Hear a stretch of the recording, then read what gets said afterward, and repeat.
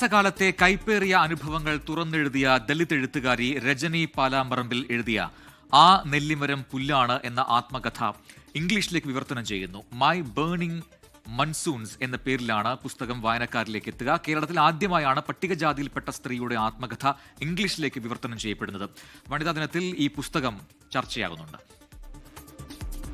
School മുറ്റത്തെ കോണിൽ നിൽക്കുന്ന നെല്ലിമരം മലയാളി വിദ്യാർത്ഥികൾക്ക് ഗൃഹാതുരത്വമുണർത്തുന്ന ഓർമ്മയാണ്. എന്നാൽ രജനിക്കെന്നും ആ കാലങ്ങൾ കൈപ്പേറിയ നിറമില്ലാത്ത അനുഭവങ്ങളായിരുന്നു. വേദന നിറഞ്ഞ ആ അനുഭവങ്ങളാണ് ആ നെല്ലിമരം പുല്ലാണ് എന്ന ആത്മകഥയിൽ കോറിയിട്ടിരിക്കുന്നത്. ക്ലാസുകളിലെ പിൻബെഞ്ചിലിരിക്കുന്ന ദളിത് പെൺകുട്ടികൾക്ക് തിരിച്ചുപോയി സ്കൂളിലെ നെല്ലിമരം ഉലർത്തുവാനുള്ള നല്ല ഓർമ്മകളൊന്നും തന്നെ ഇല്ല എന്ന് രജനി തന്റെ പുസ്തകത്തിൽ പറയുന്നു. ഒരു സ്കൂൾ അനുഭവത്തിൻ്റെ ഒരു അനുഭവക്കുറിപ്പ് എഴുതിയിട്ടുണ്ടായിരുന്നു.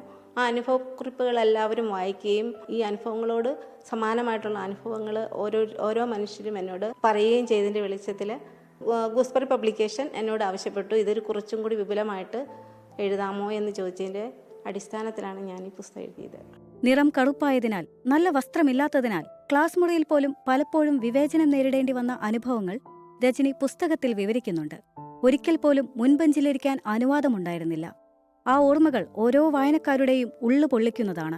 ചിന്തകളെ തീപിടിപ്പിക്കുന്ന അനുഭവങ്ങളുടെ സാക്ഷ്യപത്രമെന്നും രജനിയുടെ പുസ്തകത്തെ വിശേഷിപ്പിക്കാം. കോട്ടയം കടുത്തുരുത്തിയിൽ ഒരു ദളിത് കുടുംബത്തിൽ ജനിച്ച രജനി പാലാമ്പറമ്പിലിന്റെ ആത്മകഥ ഏതൊരു ദളിത് സ്ത്രീക്കും ചരിത്രമുണ്ട് എന്ന് തെളിയിക്കുകയാണ്. ആ നെല്ലിമരം പുല്ലാണ് എന്ന പുസ്തകം ഭാഷയുടെ ലാളിത്യവും അനുഭവങ്ങളുടെ തീവ്രതയും കൊണ്ട് മലയാളത്തിൽ ഏറെ ശ്രദ്ധിക്കപ്പെട്ടു. മഹാത്മാഗാന്ധി സർവകലാശാല ഈ പുസ്തകം സിലബസിൽ ഉൾപ്പെടുത്തിയിട്ടുണ്ട്. മൈ ബേണിംഗ് മൺസൂൺസ് എന്ന പേരിൽ പുസ്തകം ഇംഗ്ലീഷിൽ ഈ മാസം വായനക്കാരിലേക്കെത്തും. ദൃശ്യ ജതീന്ദ്രൻ, ന്യൂസ് ഡെസ്ക് 24.